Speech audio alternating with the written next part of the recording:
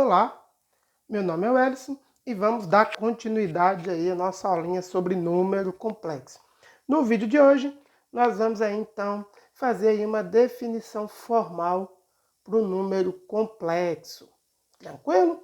Então, bora lá. Então, na verdade, o número complexo, a gente já viu que ele tem aí suas origens, né, na dificuldade em resolver, por exemplo, o problema lá de um polinômio, de encontrar as raízes de um polinômio, em que em muitos casos a gente caía em um problema que tinha raízes com números negativos, né? Então, os matemáticos aí tiveram a brilhante ideia de criar um númerozinho i de modo que a gente conseguisse resolver aqueles problemas. O fato é que foi visto que essa metodologia, ela na verdade podia ser aplicada em muitos problemas, tá certo?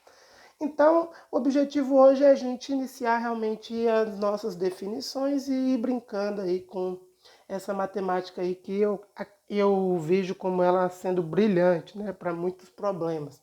Então, veja só, a definição básica, né, de matemática é a gente assumir que um número complexo, e a gente vai representar o número complexo aí, a nossa definição, certo? A gente vai representar ele por uma letra Z, então o Zzinho vai ser o nosso número complexo. Ele é considerado um par ordenado de números reais, tá certo? Então, ó, Z é equivalente, vamos chamar assim, a um par ordenado de números reais, tá bom? Ó, ou outra representação, essa aqui é a representação que a gente pode pensar vetorial, e a gente vai ver que isso pode se comportar de certa maneira como uma espécie de vetor. E aí eu vou deixar um card, né, de uma aulinha sobre vetores que eu montei, aí fica mais fácil para vocês estudarem. Ou, né, ser representado da maneira algébrica, né, como a soma de um número real mais outro número real vezes o número i, que nós definimos na aulinha passada, né, ó, sendo o i dado por raiz de menos 1, tá bom? Então, isso aqui que é importante. Bem, isso aqui é bem interessante, porque quando a gente considera que o z ele é um par ordenado, esse cara aqui nos permite, então, representar, né, esse x e y, né, de maneira gráfica. E aí a gente chama, tá bom? Essa representação aqui do plano de Argand-Gauss. Bom, então aqui ó, o plano de Argand-Gauss.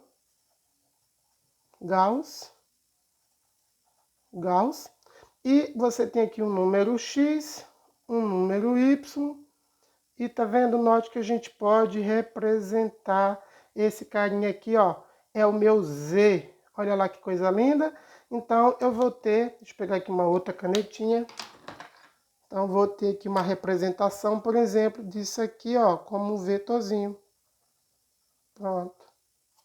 Tá vendo? Então eu posso representar como sendo um vetorzinho num sistema de eixo coordenadas real. Ou seja, o meu y aqui, ó, é exatamente o meu valor que está na frente do i, tá certo? Então esse eixo aqui é chamado um eixo real, olha lá, ó, é chamado de eixo real, e esse aqui é chamado de eixo imaginário. Vou abreviar por IM, tá certo? Então, essa aqui é a brincadeira que a gente faz. Então, costuma-se representar isso aqui por uma letra R, só que é uma letra R mais bonitinha que eu não sei escrever não, tá? E esse cara aqui a gente representa por uma letra I bonitinho assim, ó, tá bom? É um I de imaginário e um R de real. Então, é a maneira que a gente costuma representar esse sistema. E aí você tem aí três representações possíveis. Uma no formato de vetor, né, em formato aí de par ordenado, x e y. Uma na forma algébrica, que a gente considera como sendo z a soma de x mais um y e i, tá certo? E temos a forma também, né, gráfica aqui, que eu considero como gráfica, que é a representação vetorial aqui no papel mesmo, né? Onde você considera o plano x e y, e você atribui um pontinho nos pontos que liga x e y nesse plano, que a gente vai chamar ele de Argand-Gauss, porque a coordenada y, a gente vai representar ela, na verdade, como sendo onde está o número imaginário. Então, acostume-se a usar essas duas representações. E é isso que a gente vai tentar trabalhar hoje, para vocês acostumarem um pouquinho com essa notação. Por quê? Porque a gente vai ter que aprender a fazer soma, multiplicação, divisão e subtração com números complexos. Então, esse é o primeiro passo para a gente depois conseguir desenvolver, né, como eu já falei, o cálculo da derivada e da integral. Tranquilo? Então, bora lá. Então, qual que é o primeiro passo que a gente vai estudar? É fazer algumas definições clássicas, tá certo? Então, o número complexo definido dessa maneira de x mais yi, ou par ordenado, a gente vai poder dizer a seguinte coisa sobre ele, tá bom? Ele é um número real, tá bom? Então, z é um número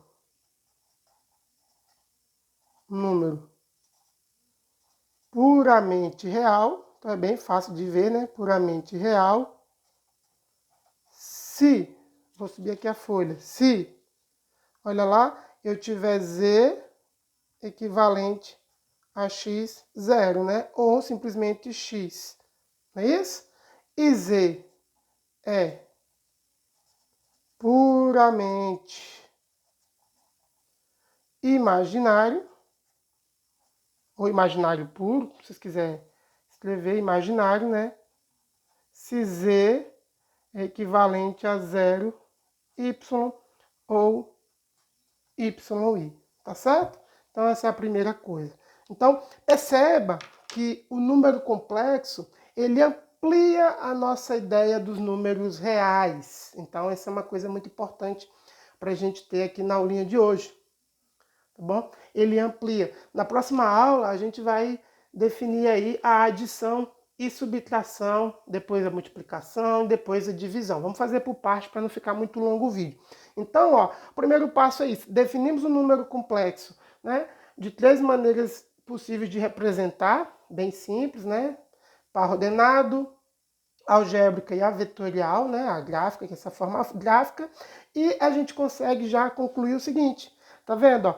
Que o número, tá? Ele vai ser puramente real se a gente concluir usar apenas o x, puramente imaginário se a gente usar a ordenada y. E note que isso amplia a nossa ideia de números reais. Por quê? Porque um número real pode ser visto como um número complexo, só que é um número complexo puramente real. Tá certo? Um número puramente imaginário, ele também é um número complexo, só que ele só é puramente imaginário. Então você agora consegue incluir os números reais como um subconjunto dos números complexos. Tranquilo, gente? Então isso aí é um avanço interessante, porque isso já mostra pra gente que, na verdade, quando a gente for trabalhar lá com equações diferenciais, com séries, toda aquela matemática que vocês veem lá no cálculo, na verdade, quando a gente trabalha com números complexos, o que a gente está fazendo é uma ampliação da validade daqueles resultados. E é isso que a gente vai fazer. Então a gente vai pegar aqueles resultados que vocês já estudaram, né? Quem no caso está no nível superior, obviamente. Quem já estudou aquilo lá, então a gente vai amplificar, né? Vamos ampliar a região de validade dos nossos teoremas, essas coisas aí. Tranquilo? Algumas coisas importantes para a gente aprender antes de finalizar essa aulinha, mas algumas definições. Já definimos aí 3 coisas, né? A representação de Z e quando o Z é puramente real, puramente imaginário, tá bom? Beleza. Entendido que a gente representa com x e y num sistema de eixo de coordenadas convencionais, lembrando que o eixo x vai ser o eixo real, por a gente assumir que essa é a parte real, o eixo y vai ser de parte imaginária, sempre nessa ordem. Então, a gente vai definir, tá certo? Para finalizar, a distância entre o ponto Z e a origem. Então vamos fazer aqui de preto para não ter erro, ó. Fazer de preto para não ter erro. Então a distância entre o ponto e a origem a gente vai chamar de norma ou de valor absoluto e a gente vai representar da seguinte maneira, ó. Vai chamar assim de Z barrinha Z. Então essa distância entre a origem e esse ponto a gente vai chamar de valor absoluto ou de norma, tá certo? ou magnitude. E aí a gente vai definir isso aí de maneira bem simplificada. Coisa importante agora é definir ela algebricamente. Por quê? Porque então é muito simples. Veja só, vamos refazer aqui o desenho. Ó. Vou pegar o nosso desenho aqui, ó. X e Y, né, que é o meu I, a parte imaginária. Eu tenho um ponto Z aqui. Eu tenho meu X e meu Y. E eu tenho o meu Z. A gente pode definir aqui o meu Z, tá certo? Perceba que quando eu faço esse desenho, eu tenho um triângulo retângulo, olha lá, ó, um triângulo retângulo, onde essa parte aqui é o Y e essa parte aqui é o X, ó. Toda essa parte é o Y. Então, eu consigo definir a norma de Z de uma maneira bem simplificada. Eu aplico o teorema de Pitágoras. Olha lá, ó. Teorema de Pitágoras. Tranquilo? Com o teorema de Pitágoras a gente é capaz, porque o teorema de Pitágoras afirma o seguinte, que num triângulo retângulo, vamos lá aqui relembrar, eu tenho A, que eu vou chamar de hipotenusa, B e C os catetos, não é isso? Então a gente diz que no teorema de Pitágoras eu tenho que a hipotenusa ao quadrado é igual à soma dos catetos ao quadrado mais o cateto ao quadrado, não é isso? Então eu vou chamar aqui hipotenusa A, cateto B, cateto C. É isso que fala aí, tá certo? Em outras palavras, eu sei que A ao quadrado é igual a B ao quadrado mais C ao quadrado.